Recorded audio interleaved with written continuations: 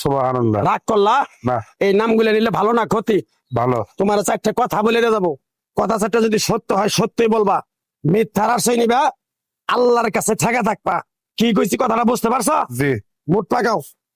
তুমি এমন একটা ব্যক্তি যে কয় আইলো তার পিছেই যাও, গেলে পরে তোমার ক্ষতি হয়, লাভ হয় না। কথাটা ঠিক না বে ঠিক? ঠিক।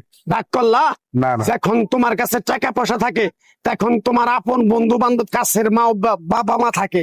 যখন তোমার কাছে টাকা পয়সা থাকে না, তোমার আত্মীয় স্বজন কোনো বন্ধু বান্ধব তোমার কাছে থাকে না। কথাটা ঠিক না বে ঠিক? ঠিক। রাগ করলা? না, না। এই কথাগুলো আগে পিছে কোনদিন বলছিলা? না। তুমি মানুষের পিছনে যায় হাজার হাজার টাকা পয়সা নষ্ট করো, তোমার পিছনে এসে কেউ 10টা টাকা ক্ষতি করে না।